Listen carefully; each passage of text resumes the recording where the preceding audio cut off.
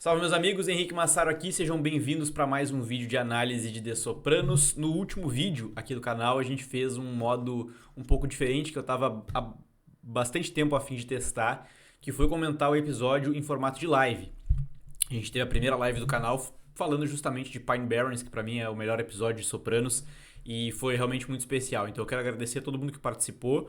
Se tu tá acompanhando o canal só pela lista da aba vídeos aqui, vai parecer que faltou um episódio de análise, mas não, ele tá na aba ao vivo, é só ir ali e conferir a análise de Pine Barrens que a gente fez, todo mundo junto e misturado, foi bem massa, fiquei bem feliz e tô bem ansioso já para as próximas lives aqui do canal. Hoje a gente vai falar do 12º episódio da terceira temporada, que se chama Amour Fou, o penúltimo episódio da temporada, né, que é um episódio super importante pro esse sim, realmente importante pro desenvolvimento da história e do destino dos personagens.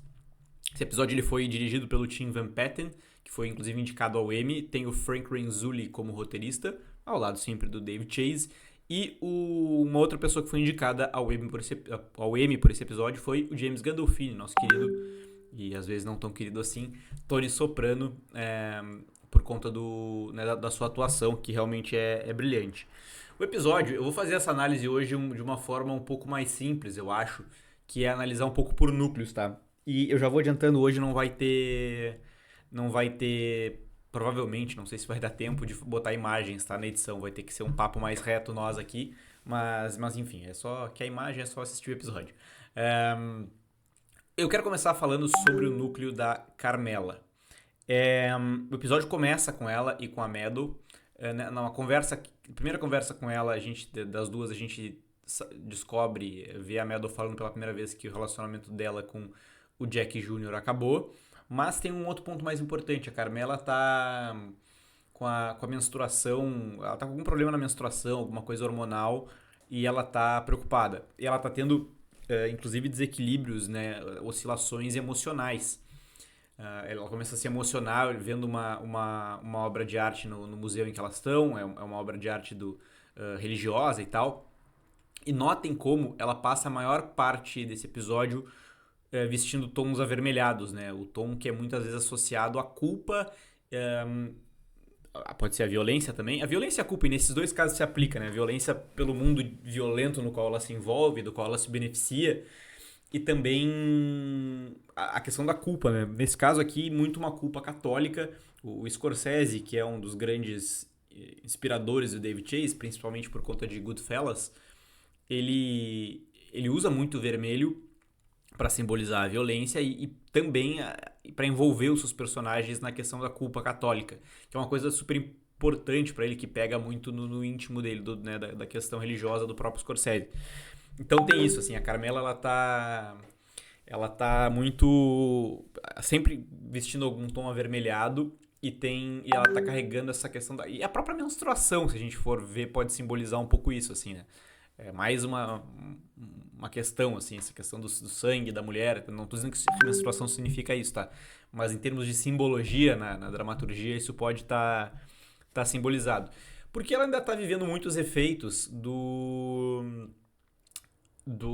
daquela consulta que ela teve com um psiquiatra, indicado pela Melfi, inclusive, que deu a real pra ela, assim, sem dó nem piedade. Falou que ela deveria se separar do Tony, disse que o dinheiro dela é um dinheiro de sangue, né, um dinheiro sujo, que ele não ia aceitar e que ela não deveria aceitar também. Ela deveria largar o Tony e sequer se preocupar com uma compensação financeira, assim, com o pagamento de uma pensão. Ela pega os filhos e vaza, não sai dessa vida. É a única forma de redenção que tu vai encontrar. Isso pegou muito no íntimo da Carmela, porque, sejamos sinceros, assim, né? Ela não comete crimes, ela não vai lá, não mata ninguém, mas ela sabe muito bem o que o marido faz. E ela fecha os olhos pra isso. As coisas que. Assim, ela sempre fala das traições do marido e tal, mas não é só isso, né? Ela é cúmplice dele, de certa forma, nos crimes que ele comete. E ela se cala pela vida confortável que ela tem. Ela fala muito de amar ele. Eu acho inclusive que ela ama o Tony, acho que isso fica bem claro muitas vezes. Mas e ela não quer abandonar a própria família, blá, blá, blá. Tudo isso é verdade, né? Uma separação não é uma coisa simples, mas tem muito de não querer abrir mão, né, dos bens que ele proporciona. Inclusive, ela ganhou um anel dele recentemente, e esse anel é a primeira coisa que aparece nesse episódio, né, quando ela tá no museu com a Meadow. Depois vai ter uma cena muito, muito bem feita, que é uma cena que eu gosto bastante, que é a Carmela se confessando na igreja com um padre que não é o padre Inchintola, é um outro padre, que também é psicólogo, parece. E a cena do confessionário é uma cena repleta ali de culpa, né? Tanto pelas cores, pela forma como a câmera tá fechada e tal. E ele chama ela pro escritório dele para conversar abertamente, sem ser uma confissão. E eu acho engraçado essa cena porque ele fala que divórcio está fora de cogitação. A menos que o teu marido abuse fisicamente de ti, não pode fazer isso. Então isso o cara desaconselha. E na verdade, o padre ele tá dizendo justamente o que ela quer ouvir, né? Ele ele diz pra ela que ela não é pra se divorciar, é pra ela seguir, ou seja, nessa zona de conforto, que ela não pode participar ativamente do mal que o marido faz, né? Mas que se ela não se envolver, tá de boa. Basicamente é isso que ele diz. E ele até olha pro anel dela, né? E aí depois ela vai tirar o anel. Na cena final, eu acho, do episódio, ela tá sem o anel. Então ela. Meio que a cabeça dela assim, se eu me privar de algumas coisas, de repente se eu não ficar aproveitando tudo que ele me proporciona, eu não tenho tanta culpa, assim.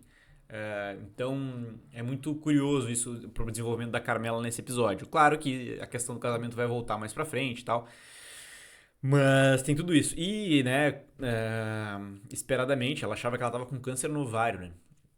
Que era isso que ela tinha. Ela vai no médico e ela não tem nada. Ela tá vendendo saúde e ela tá realmente somatizando, assim, é uma questão psicológica que tá acontecendo com ela. Um outro ponto, só pra, antes de fechar o arco da Carmela, ela tem uma conversa ali com as amigas dela, sai pra jantar todas, a Rosalie April, a Gabi Dante e a Andy Bonpensiero, que é a esposa, né, a viúva do Big Pussy. E elas começam a falar sobre os pecados dos maridos e tal. Tipo, é engraçado que ela fala que ela nunca aceitaria a condição que a Hillary Clinton aceitou do Bill Clinton, que foi ser traído, né? Se saber publicamente disso, o mundo inteiro saber. Mas o que tem de diferente né, no que ela todas aquelas mulheres ali fazem. Então elas, ao mesmo tempo, meio que reconhecem assim que elas não são assim tão diferentes. Beleza. Um outro arco do episódio muito importante, Jack April Jr., meu personagem mais detestado, como vocês estão cansados de saber. Esse cara, ele não cansa de fazer cagada, né? E ele se mostra um menino mimado várias vezes. E burro, ainda por cima. Mas eu acho muito interessante a forma como o The Sopranos retrata isso. Notem, eles estão em casa, na casa dele, com todo o conforto. Eles estão na casa dele, ele e o Dino, né, amigo dele, e ele querendo convencer o Dino que eles têm que cometer algum assalto, eles têm que transgredir, para daqui a pouco eles entrarem pra máfia, para eles serem respeitados, sendo que ninguém dá a menor bola pra eles, né? Ninguém tá nem aí pra eles não têm a menor chance de fazer isso acontecer, e ninguém tem interesse que o Jack se torne um mafioso. O Tony tenta fazer com que isso não aconteça. Mas eles bolam, olha como eles bolam esses planos sempre. Primeira vez eles estão ali tomando cada um sua Coca-Cola e comendo um macarrão na cozinha. Depois eles estão comendo uma pizza, se não me engano, e eles assistem um filme, assistem o Instinto Selvagem e tal.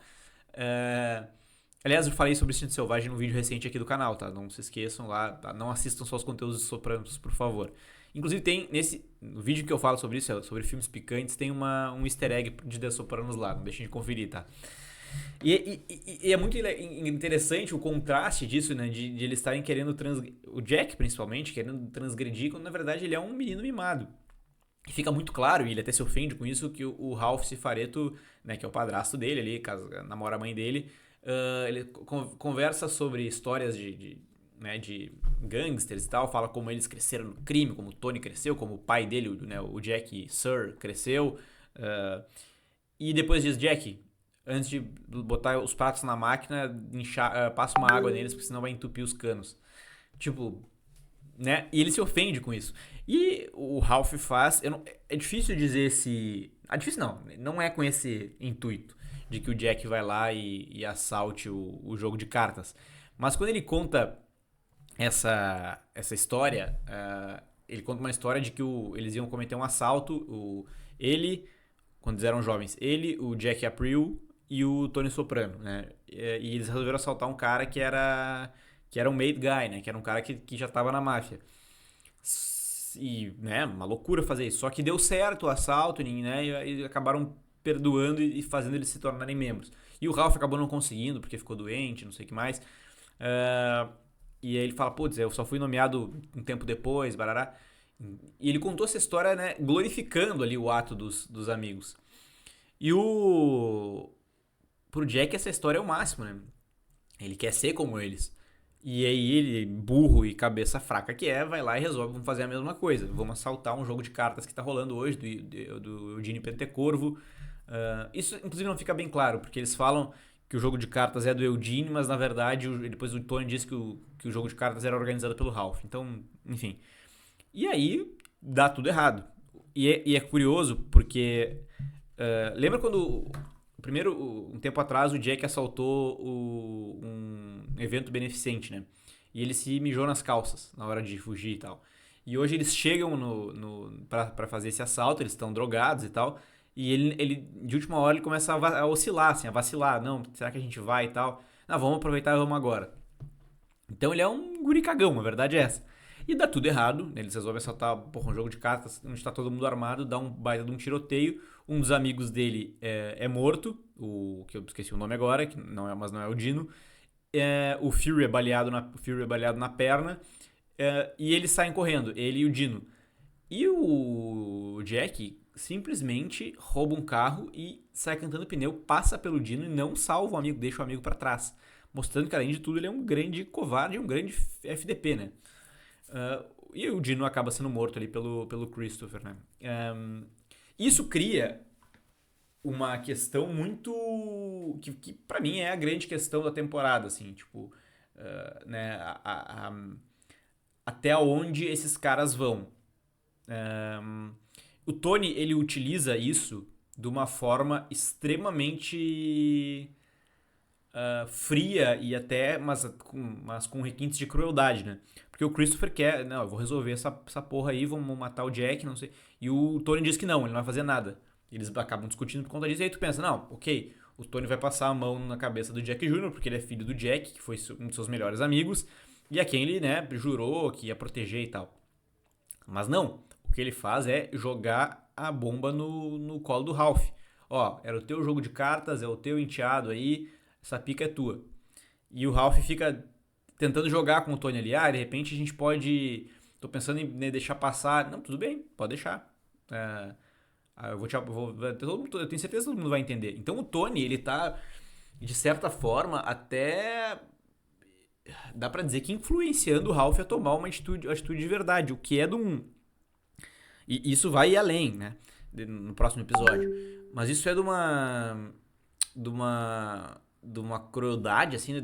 É mais uma linha que o Tony Soprano tá cruzando.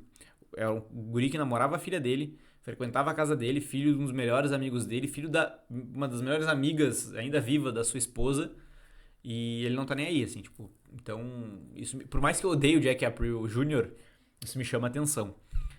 E ele realmente joga a questão pro colo do Ralph, que vai ter que se virar pra resolver. E ainda coloca assim, eu te nomeei capitão pra isso, então tá contigo. Muito, muito louco. E um último núcleo, né? O Tony tem essa importância nessa discussão toda, mas tem o Tony com a Glória, né?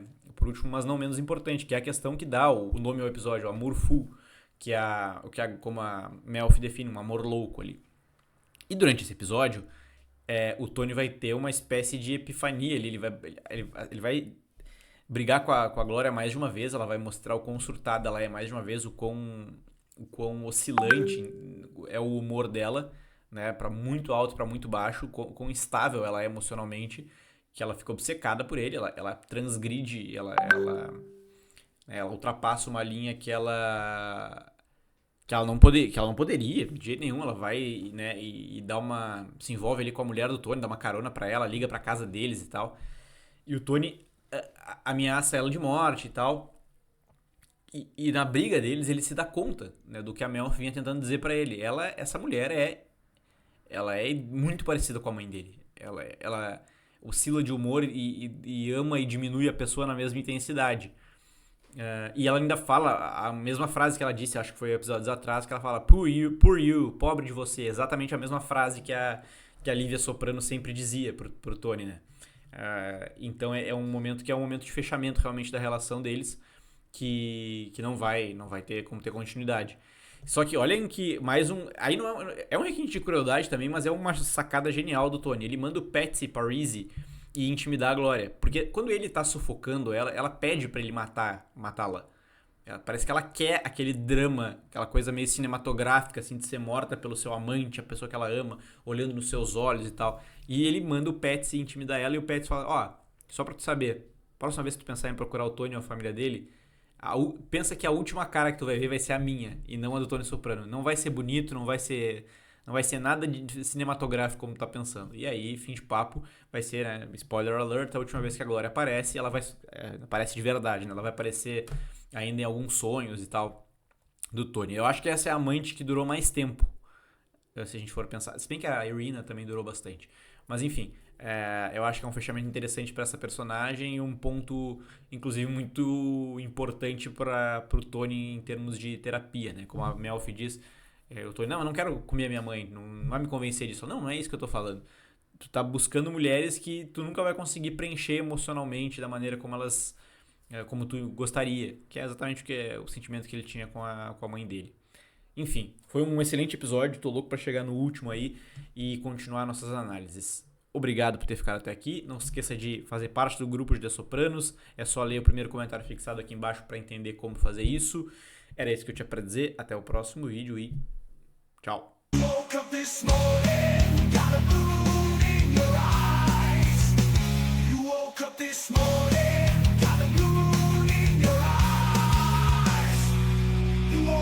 This morning the world turned upside down. Things ain't been the same since the blues walked into town. But you